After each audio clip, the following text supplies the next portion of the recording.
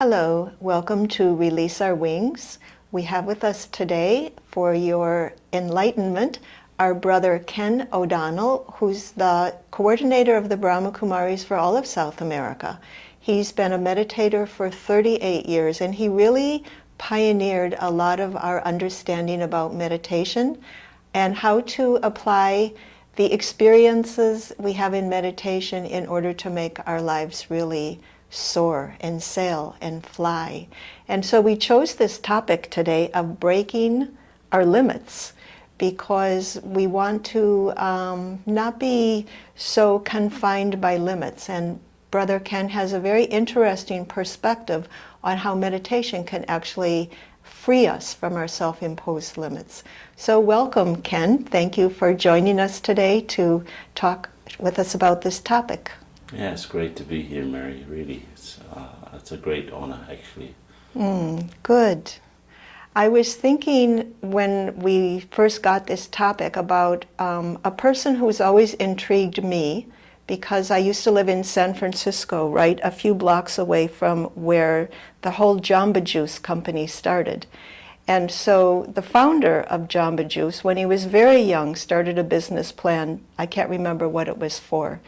But he filed for bankruptcy 7 or 8 times before he finally got a business plan that even worked. But when he got that plan that worked, he, from that, grew an international company that's extremely successful. And so I've often wondered, I would not have gone through 8 bankruptcies. I would have given up and found myself a job.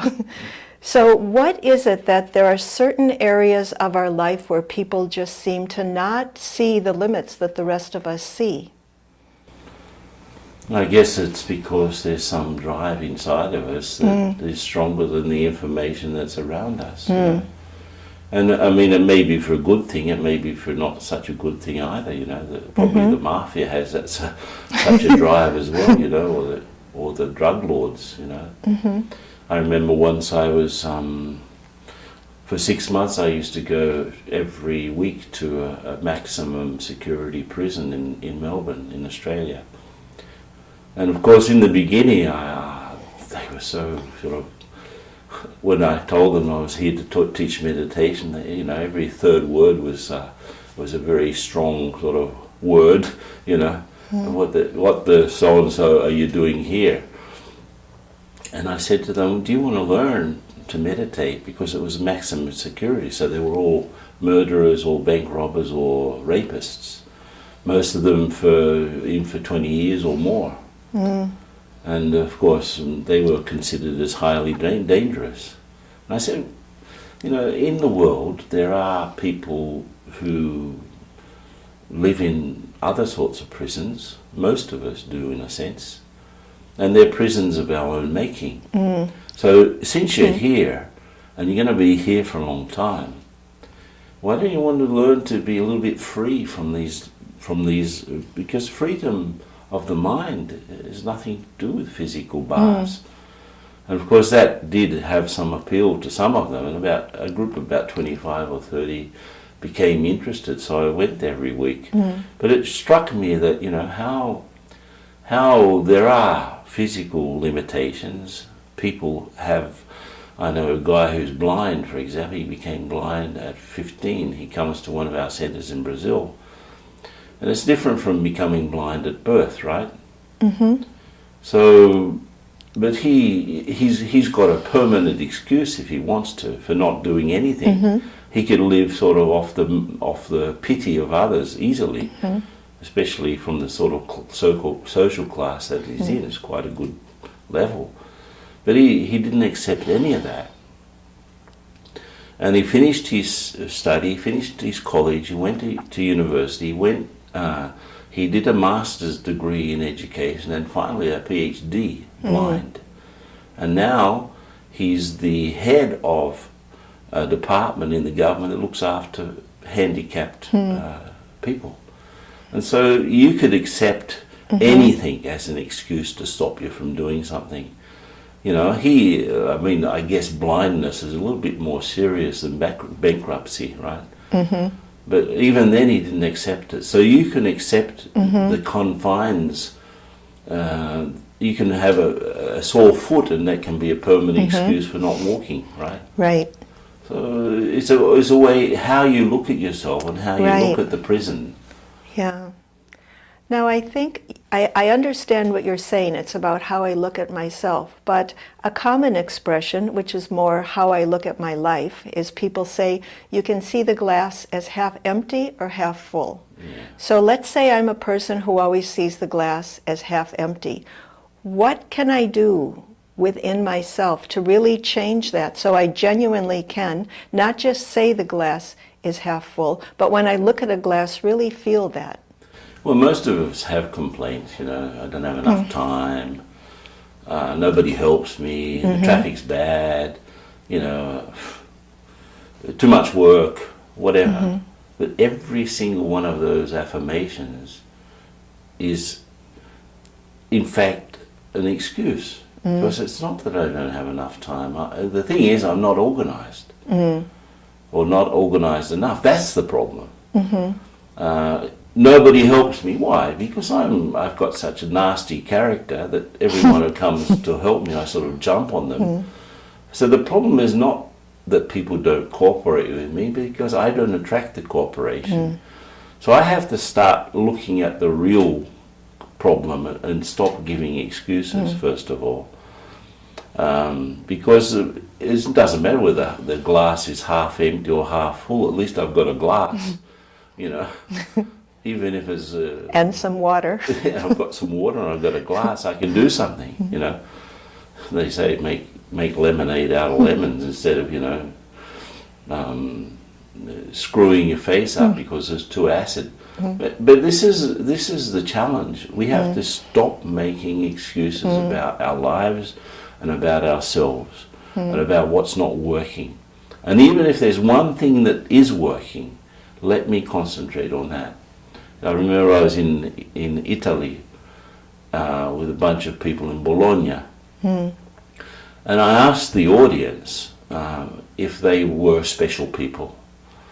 So hand up those who think that they are special. Of course, everyone's special, right? There's no one like me, so I'm special, right? Then I asked them, what makes you special? And this old guy, about more than 80 years old, said, I make great macaroni. Why do you do it? He says, because I like to get people together and serve them. So that's your speciality, not the fact that you make great macaroni. Of course, it's spaghetti bolognese, right? The thing is, I have to see what I have as special, independent of the circumstances around me. And then I can start to break down these prisons, which are in fact my beliefs. There are physical limitations, but even then, those physical limitations don't have to be so limiting. This group in the prison, we really explored the depths of meditation. They became such a good influence for the rest of the inmates, even though they're not going to get out of there. But you look out around, people living behind high walls with electric fences in some of the countries.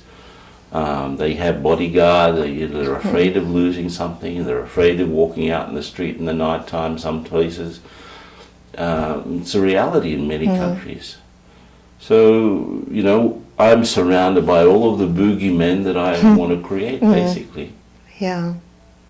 Now, this man in Italy, this old man who made macaroni and got people together, he probably didn't have to work hard to develop this speciality of bringing people together. It seems like maybe he had that all of his life. And it seems like sometimes we try to develop expertise or marketable qualities in ourselves when perhaps our real strengths are within us.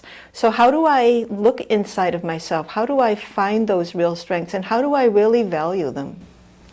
Yeah, well, what's there is something which has always been there, If I hold on to the things that I have, it's very difficult, because one day I have them, the next day I don't. So if I am so much attracted to doing things, going here, doing this, that can also change. If I rely on my feelings, it's up and down like a roller coaster. But there are some things in me which have always been true.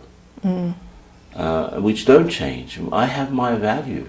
It doesn't matter what happens. In the central bank in Brazil, I had written a book called Values in the Workplace.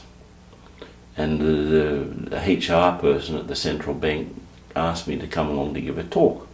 And so there was a campaign that they were doing to be more careful with the banknotes, because they figured that if you are more careful with the way you handle banknotes, then they could save money for not having to reprint banknotes, because it costs money to print money, right? Anyway, I thought, this is what I'm going to do. I was sort of skirting the law, I know, but it was a calculated risk.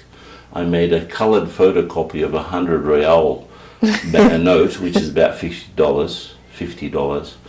So in the middle of the talk, I bring it out. And it was being on TV, because I figured that they would never know the difference looking at it on TV. It was to all of the units in the country they were televising. I bring it out and say, who wants this? I'm feeling very generous today. Of course, about 6 or 7 put their hand up. And if I screw it up, still want it? And they said, yeah. Then I threw it on the floor and jumped on it. I picked it up, opened it out. You still want it? And then the last blasphemy, I took the note and ripped it in half. You still want it? And they said, yes. We can change it at the central bank. So the message was, I said I would never do this to a real note, of course. But the message is, it doesn't matter what I did with this note, it still had the same value. So in the same way, I have a value that I need to discover through meditation. And it doesn't matter if the world screws me up, if the world jumps on me, if the world tears me in half, I continue to have the same value. So it seems to me that if I went through this process of meditation and really tapped into my own value, that I wouldn't have to compete with anybody, I wouldn't have to get respect for anybody, and perhaps I could even help other people recognize their own value.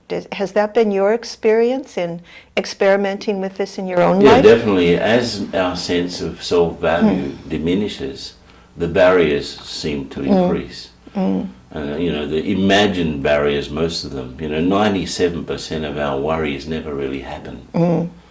So only 3% of the time. Fear is good when it's warning us of something. That instinctive fear is okay, but 97% of our fears are irrational.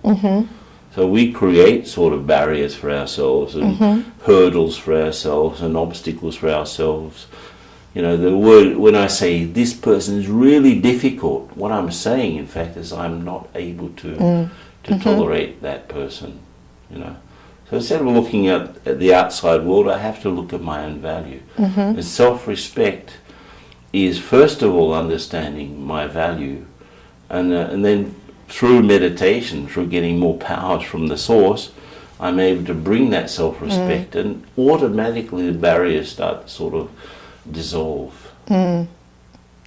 Thank you, Ken. This is very enlightening, that actually I don't have to break the barrier. I simply find my own value, and then the barriers just dissolve, which is really what we all want, is for life to be easy and give us an opportunity to soar.